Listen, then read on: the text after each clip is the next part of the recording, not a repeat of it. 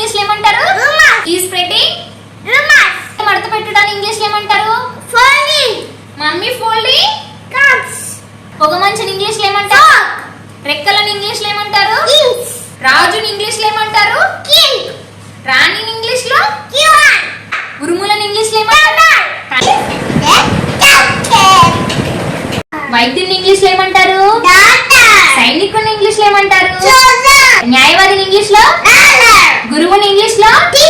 చెప్పులు కుట్టువాడిని ఇంగ్లీష్ లో? మరి జుట్టు కత్తిరించువాడిని ఇంగ్లీష్ లో? మరి వంట వండే వాళ్ళని ఇంగ్లీష్ లో? మన పాల వ్యాపారి చేసే వాళ్ళని ఇంగ్లీష్ లో? Good job. ఏమిటి? ఎందుకు? ఎక్కడ? ఎప్పుడు? ఎలా? ఏది?